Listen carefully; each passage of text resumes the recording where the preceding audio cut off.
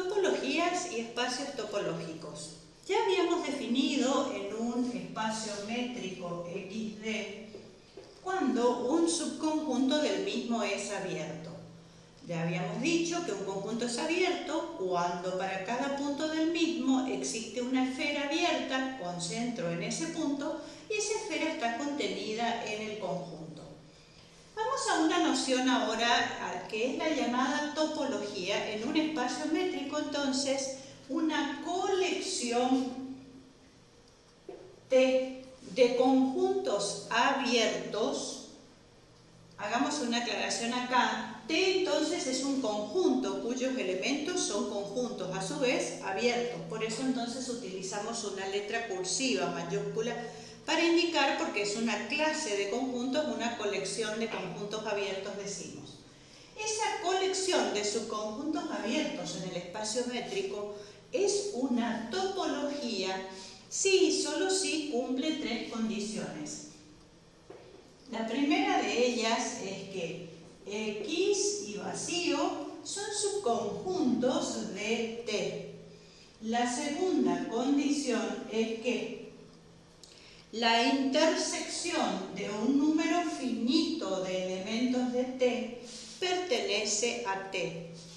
Y tercera condición, la unión de un número arbitrario de elementos de T pertenece a T. Si todas estas condiciones se cumplen, entonces decimos que XT es un espacio topológico. Tomemos un ejemplo sencillo, entonces vamos a tomar al conjunto A formado por A, B, C, D.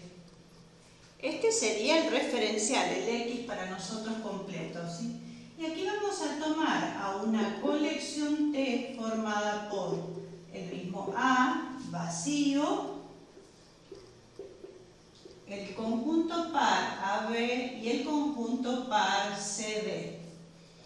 Vamos a analizar si cumple las condiciones entonces. Dijimos, primera condición, que el mismo conjunto completo, A para nosotros, y vacío son elementos en la clase, se cumple. Segunda condición, las intersecciones entre los elementos, un número finito de elementos de T pertenece a T. La intersección entre A y vacío es vacía, que es elemento del conjunto. Como todos estos son subconjuntos de A, la intersección de todos ellos, de cada uno de ellos, con A, es este mismo conjunto, entonces se cumple.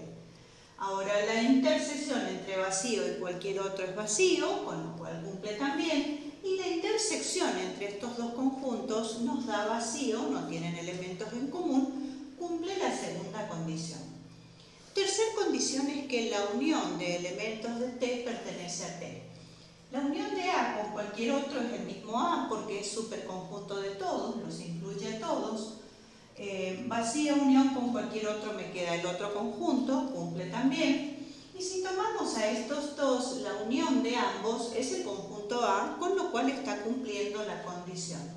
Entonces, acá decimos que T es un espacio topológico. También es posible tener una clase F de conjuntos cerrados que serían, recordemos que para que un conjunto sea cerrado, su complemento debe ser abierto, es decir que, dada una colección de conjuntos abiertos, los complementos de estos conjuntos son todos cerrados.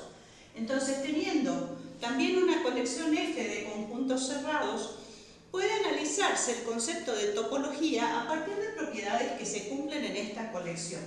Nuevamente tenemos tres axiomas que se complementan con los anteriores que vimos. Por un lado tenemos que la primera condición, recordemos que para los conjuntos abiertos habíamos dicho que en el primer caso que X y vacío tienen que pertenecer a la colección. El complemento de X es vacío y el complemento de vacío es X, entonces el primer axioma es el mismo, que son X y vacío pertenecen a F. Por tratarse ambos de complementos de X y vacío, pero pensados como conjuntos abiertos. La segunda propiedad. La segunda propiedad, en este caso, habíamos dicho que la intersección de un número finito de elementos de la clase también pertenece a la clase. Así que nosotros acá vamos a tener, por ejemplo, el conjunto T sub 1, que sería uno cualquiera dentro de la clase, intersección T sub 2, intersección, etc. Como es un número finito, voy a tener hasta uno que sea el último, T sub n, por ejemplo. Y dijimos que esta intersección tiene que pertenecer a la clase T. Ahora, pensando en complementos para esto, entonces vamos a tener, si nosotros hallamos, voy a escribirlo con otro color, si nosotros hallamos el complemento de esto, aplicando las leyes de De Morgan, vamos a tener el complemento de una intersección es la unión de los complementos. Es decir, que la segunda propiedad va a ser, si lo llevo a conjuntos primero, T sub 1, complemento, unión, complemento de T sub 2, unión, T sub n, complemento. Es decir que el segundo axioma dice que la unión de un número finito de elementos de la clase F que va a pertenecer a F. Y la tercera condición, entonces, también pensada como complemento en este caso, acá decíamos para los conjuntos abiertos que la unión de un número arbitrario, cuando decimos número arbitrario, cabe la posibilidad de que sean infinitos elementos. Ahora, voy a tener T sub 1, unión, T sub 2, unión, etc. No voy a poner uno que sea el último, puede ser finito o infinita la cantidad. Ahora, nuevamente pensando en complementos y aplicando De Morgan, esto va a ser igual a la intersección de los complementos, es decir, complemento de T sub 1, intersección, complemento de T sub 2, intersección, etc. Es decir, que la tercera propiedad va a establecer que la intersección de un número arbitrario de elementos de F pertenece a F. Y nuevamente se genera entonces una topología a partir de que se cumplan todos los axiomas y el par X, F también constituye un espacio topológico definido a través de conjuntos cerrados. Puntos de acumulación. Dado un espacio métrico XD y un subconjunto A del mismo, decimos que P perteneciente a X es punto de acumulación de A. Lo escribo, punto de acumulación de A, sí y solo sí. Como noción, lo que tenemos que entender es que un punto P de X no me está diciendo que pertenece a A. Es punto de acumulación de A. En palabras, la cuestión sería que si hay un conjunto abierto que contiene a P, entonces contiene además otros elementos de A distintos de P. Todo conjunto abierto que contiene a P cumple con esa misma condición. Es decir que P puede o no pertenecer a A, pero lo que sí va a ocurrir es que cuando hay un conjunto abierto que lo contenga, la intersección con A deberá darme no vacía, porque estoy diciendo que tiene elementos en común con A distintos de P. Todo conjunto abierto, ¿sí?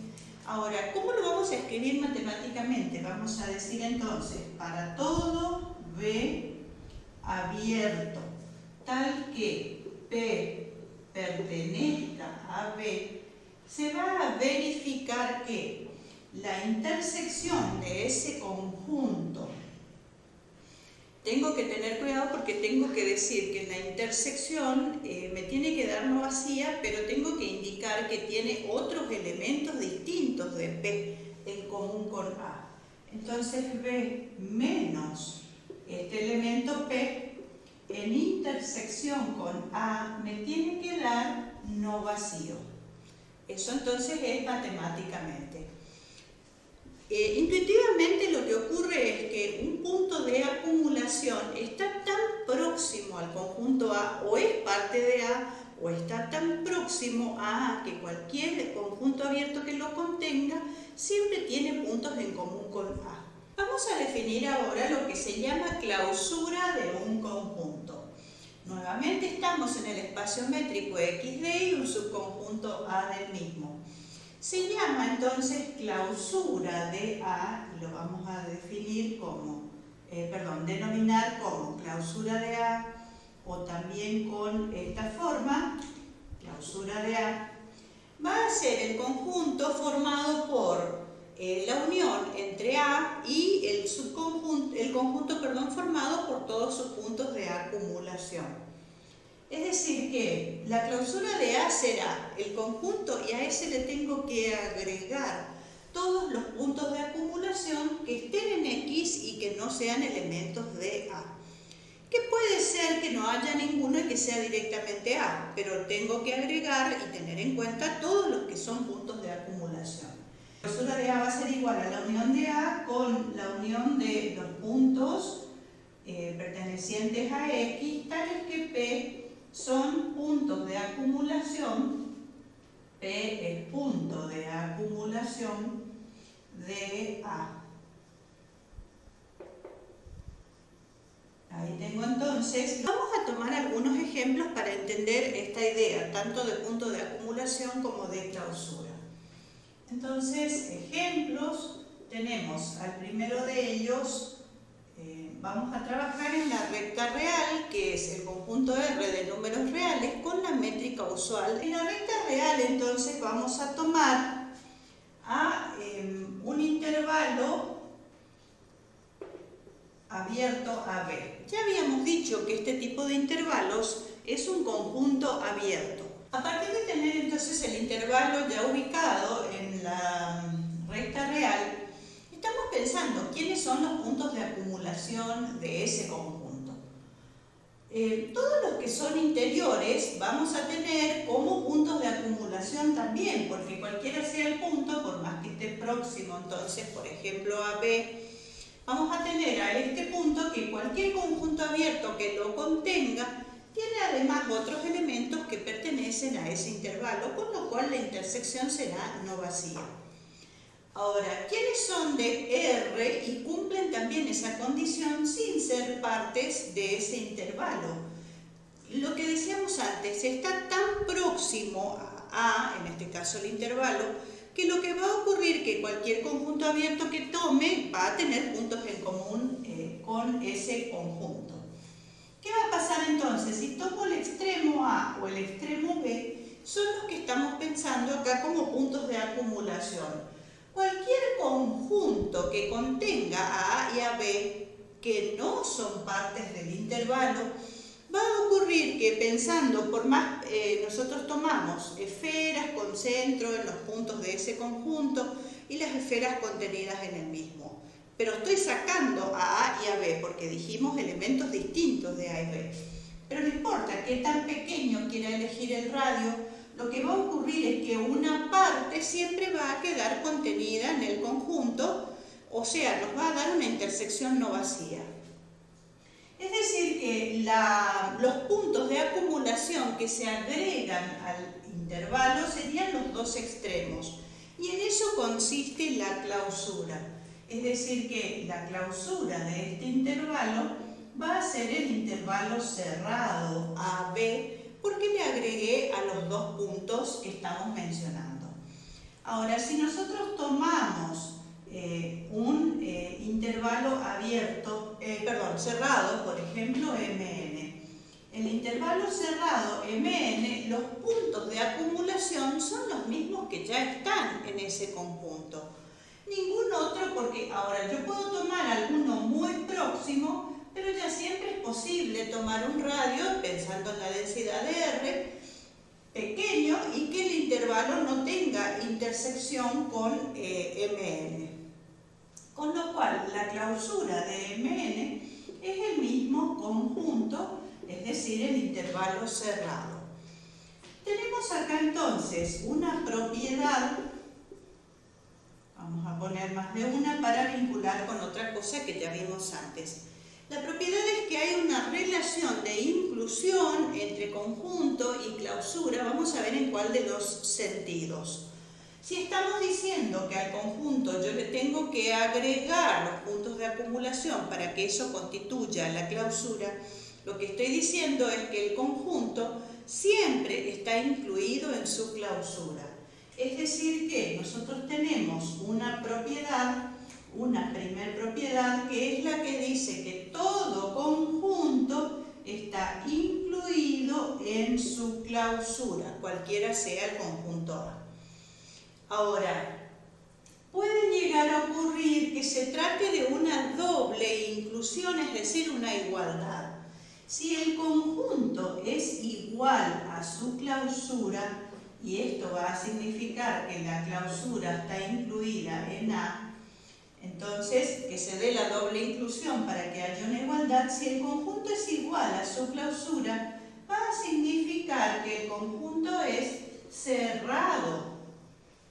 Porque al ser cerrado, entonces el complemento es abierto porque yo le agregué los puntos de acumulación y el conjunto se cerró. Ahora, la condición para que sea un conjunto entonces sea cerrado es que su complemento sea abierto, o aparece esta otra condición, el hecho de ser igual a su clausura. Si vinculamos como una tercera propiedad a la relación con interior de un conjunto que ya habíamos visto antes, la relación que tenemos es que el interior de un conjunto siempre está contenido en el mismo.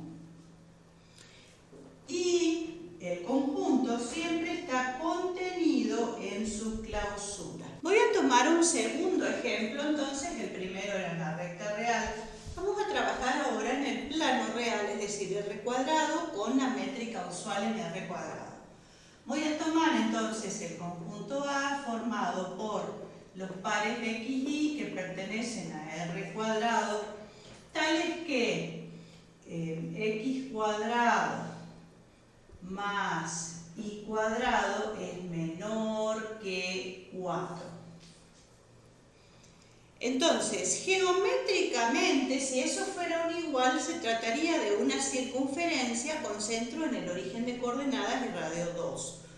Ahora, teniendo el menor una desigualdad, estamos hablando de un círculo abierto, sin ese contorno que es la circunferencia. Entonces, nosotros vamos a tener, haciendo un pequeño esquema, entonces para entender la cuestión, nosotros tenemos radio 2, pero con línea de puntos, entonces marcamos, y esto es la parte del conjunto menor que 4. En esto entonces consiste el conjunto A. Ahora, la pregunta sería, analicemos todas las cuestiones que ya sabemos. Se trata, para cualquier elemento de ese conjunto, por más pequeño que tome el radio, siempre es posible que la esfera quede contenida en el conjunto. Recordemos que ahí me dice que existe por lo menos una esfera que cumple con eso, y eso ocurre acá. Esto va a significar que A es abierto, si es que analizo la definición de las esferas. Ahora, el complemento de A va a incluir a esa circunferencia más todo el resto del plano, con lo cual ese conjunto no es abierto, justamente por ese borde que es la circunferencia. Si esto ocurre, entonces A no es cerrado, no cumple la definición. Analicemos la definición de interior. El interior de A, los puntos interiores son aquellos que, a partir de tener ese punto, cualquier conjunto abierto, existe entonces un conjunto abierto contenido en A. El interior de A acá es igual a A, es el mismo, todos los puntos que están en el interior son también elementos de A, y entonces de esto vuelvo a tener la conclusión de que A es abierto. Ahora, ¿en qué va a consistir la clausura de A? A la clausura de A yo tengo que agregarle a A los puntos de acumulación. ¿Y quiénes son los puntos de acumulación? Los de ese borde que todavía no están, porque son los elementos tan próximos a A que los conjuntos abiertos que los contengan tienen también elementos de A que no son los de ese borde, porque además ese borde no está contenido en el conjunto. Es decir, que la clausura de A entonces va a ser, serían los pares de xy que pertenecen a R cuadrado, tales que x cuadrado más y cuadrado es menor o igual que 4. Le agregué entonces los puntos del borde, que sería el círculo completo. Este conjunto no es igual a A, y luego A no es cerrado, conclusión a la que ya habíamos llegado, solo estamos analizando desde otro punto de vista la definición. Vamos a definir ahora lo que es la frontera de un conjunto. Dado un espacio métrico XD y un subconjunto A del mismo. Vamos a llamarle frontera, matemáticamente es la intersección entre las clausuras del conjunto A y la clausura de su complemento. Se va a indicar como frontera de A, entonces, es la intersección entre la clausura de A y la clausura del complemento de A. Ahora, intuitivamente la frontera, por ejemplo, en un país, en una provincia, es una línea que nos está separando lo que es el interior de lo que es el exterior. En los conjuntos es lo mismo, ¿no es cierto? Más allá del cálculo matemático, si nosotros tenemos entonces un conjunto, no importa si es abierto o cerrado, la frontera, nosotros acá vamos a tener a lo que es el interior del conjunto, ¿sí? Y fuera de él lo que es el exterior. Esta línea entonces, este borde que nos está separando lo que es el interior del exterior, en eso consiste la frontera. La recta real, y tomemos otra vez intervalos, entonces vamos a tener